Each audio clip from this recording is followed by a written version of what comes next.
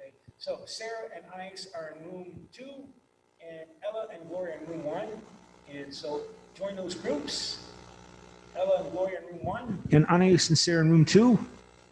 And please join those groups. Ella and Gloria, room 1, Alex and Sarah in room 2. And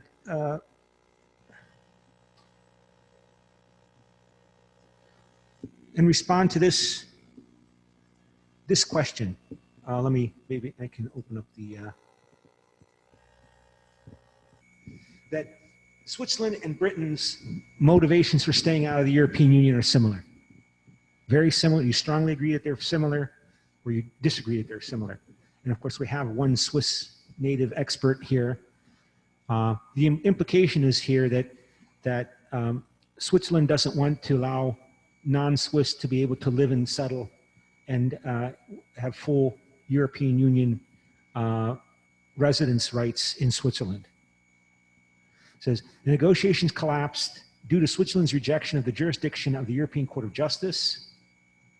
In other words, that the European Court of Justice could overrule Swiss courts, and of a free movement directive that would offer permanent residence to European Union citizens. So anybody who lives in the European Union as a citizen from Poland, for example, would have the right to move to Switzerland and move there and get all of the benefits any other, as a Swiss person would get by being in Switzerland. With access to Social Security granted to non-employed residents. So like Swiss people, if they're unemployed or they're sick, they get Swiss national government benefits as citizens of Switzerland. And people from Poland and Bulgaria and France and Sweden can go and move to Switzerland and have all those same access to those social welfare benefits. Does that sound familiar in terms of Brexit and Britain's leaving the European Union? So let's see who's going to speak.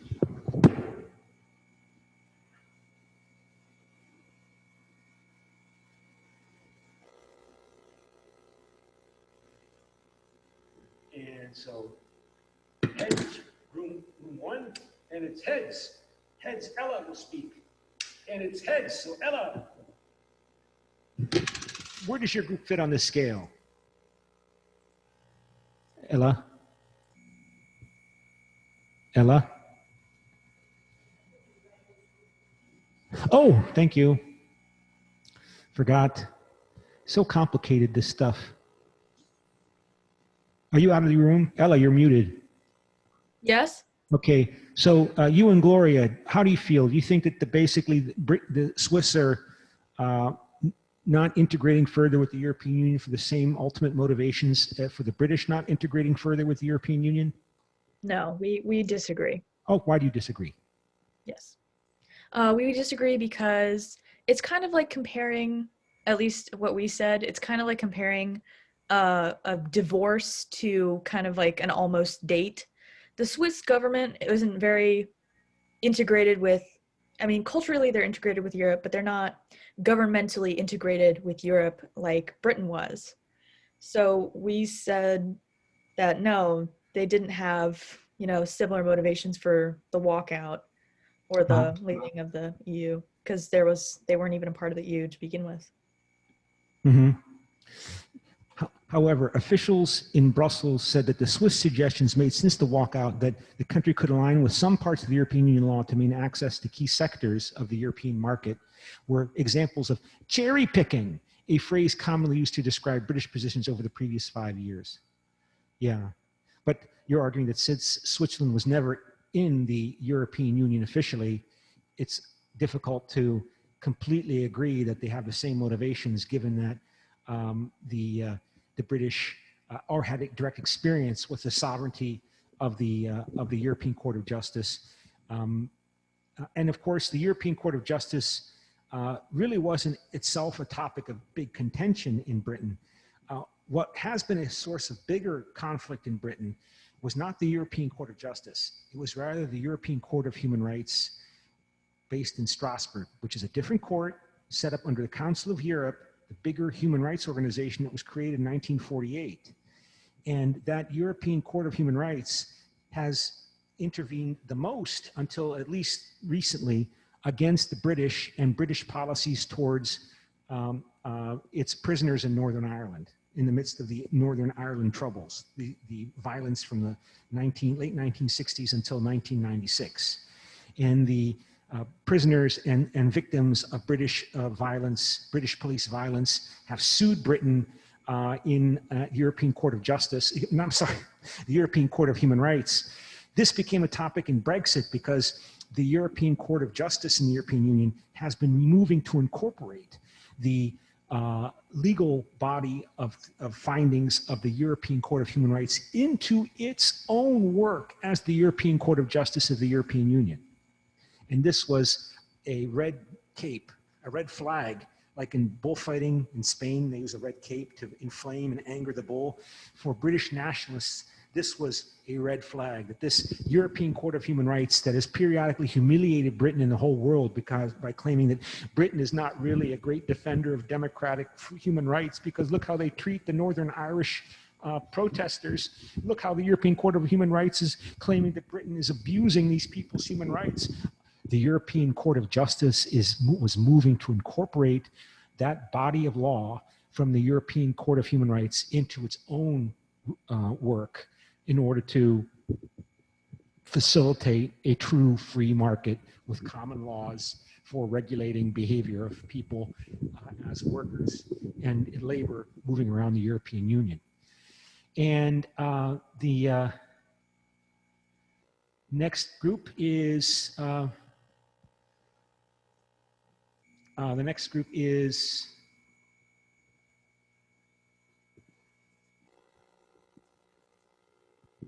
Anais is heads, Sarah is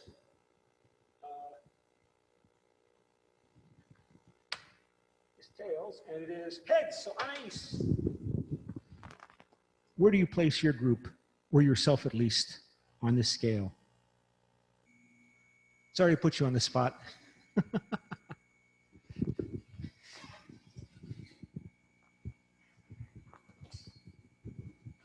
What are your thoughts? I just haven't checked on this in a year since I first saw this article.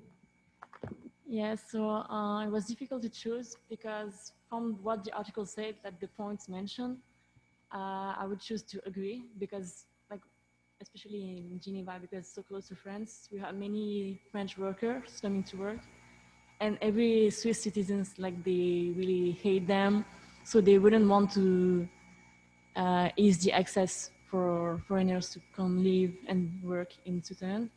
But from the other points, I would choose to disagree in the end, because it's, yeah, like Elle said, we are not from the European Union from the beginning, so we are different, and I don't think we would want to, yeah, have too close relationships like with the EU. So I would disagree. You know, this is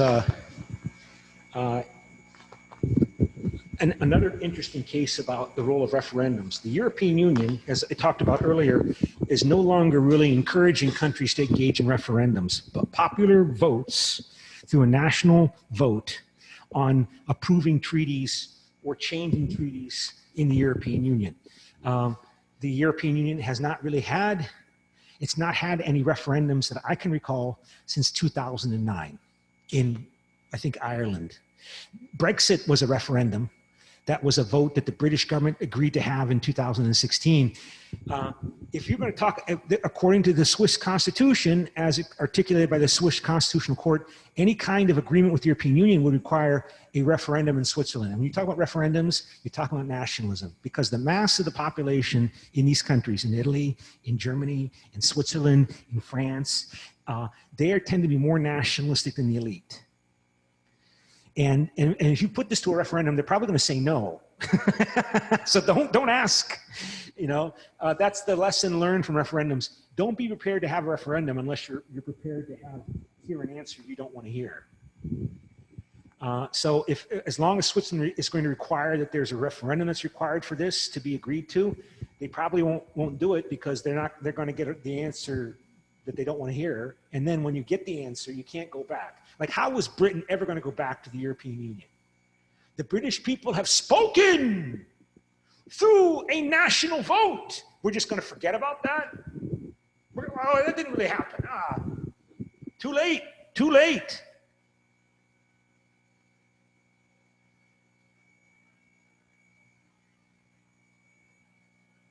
So, yeah, I mean, it might be easier if you're a Swiss politician if you knew that you didn't have to submit any agreements to a referendum. So,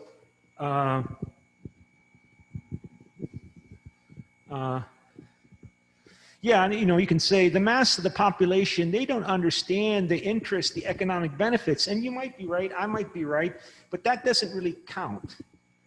I mean, the nationalism overrides profit. It says here, George Rikeles, an associate director of the European Policy Center think tank in Brussels, said the Swiss decision could prove expensive. Many in Switzerland have failed to recognize that after Brexit, their exorbitant privileges could no longer be. He said, the consequence of their denunciation will now be felt rather immediately. Bit by bit, the economies will decouple at a cost of Switzerland estimated up to 1.2 billion per year. I'd have to check to see what happened, though. It'd be interesting to see. I just haven't investigated further. So, okay. So make sure that you're able to share the screen, see the screen here, and you can see. So please respond to the following statement. The Swiss government refused to deepen its integration with the European Union for similar motivations for the British supporting Brexit. Xenophobia.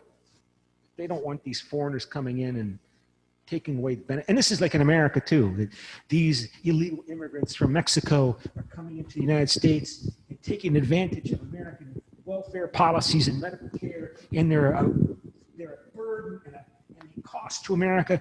And any economist who's a legitimate economist can show you that's not true, that they contribute far more than they take from the U.S. economy, that you need the labor, they do work that the Americans, and it can show you all in terms of the math and their beautiful models of, you know, the economics, and they can show you how, and they can say, see, immigration is good. Immigration makes more wealth. Immigration expands the pie that we all take a piece from. See, it's up here. But the mass of the population, they don't really pay much attention to these things. Some do, but most don't. So don't ask them. And so next generation EU is adopted without referendums for the European Union to raise 800 billion euros for recovery from the pandemic. It's all done by national governments and their legislatures approving change. There were no referendums, no votes in Poland and Czech, none of that. And then they haven't done that since 2009. Sorry, somebody had a question? Yeah, I had a question about Brexit. You said it was like nationalism, but like there was also some humanitarian rights going on there. Like what was that about? Well, I mean, there was the elite in Britain. They are more prone to British nationalism, comparatively speaking, as a whole, than the elite in France or the elite in Germany.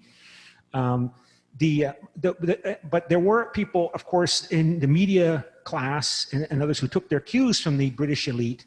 And like Nigel Farage, he created the United Kingdom Independence Party, and he was claiming that, you know, with Poland and Bulgaria and Romania entering the European Union, quote unquote, undesirable people would come into Britain in the form of social welfare tourism. And they would move to Britain to take advantage of Britain's unemployment and welfare policies because they were poor and desperate in Poland or Bulgaria. Gotta stop saying Poland. In Romania and Bulgaria. And it's again what we're talking about American political discourse. It's called a dog whistle. Because he's not talking about white Bulgarians and Romanians. You know what he's talking about? Gypsies. And nobody likes gypsies in Europe. They view them and stereotype them negatively the way that Americans tend to view stereotyped historically African Americans. That they are lazy, dirty thieves. And we don't want that those gypsies of Bulgaria, that are at least 10% of the population, or those gypsies of Romania, because Romania and Bulgaria now in the European Union, they're going to move to Britain and be lazy and dirty and thieves there and get British welfare state benefits.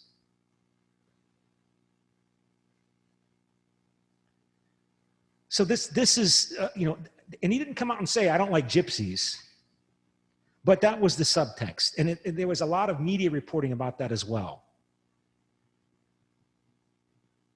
You're not supposed to call them gypsies, by the way. You're supposed to call them Roma now. That's the better term, because gypsies is so negative. But they're the biggest minority in the European Union.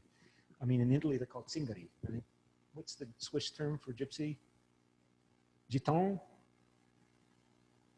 Tsigan? In Bulgaria, they're called Tsigani. Tsigani. You know, but they're viewed with contempt. And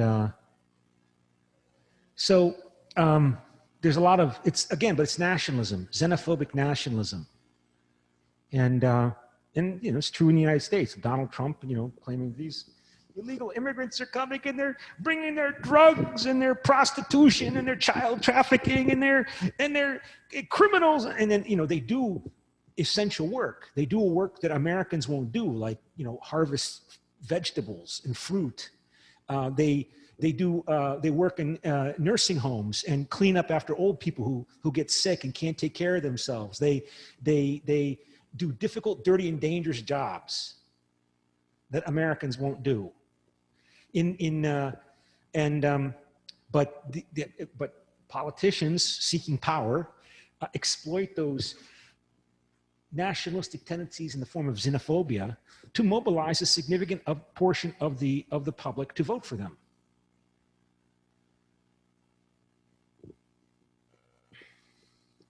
Okay, I'm gonna have to shut down this computer so that I can save the file. So I'm gonna shift to my laptop.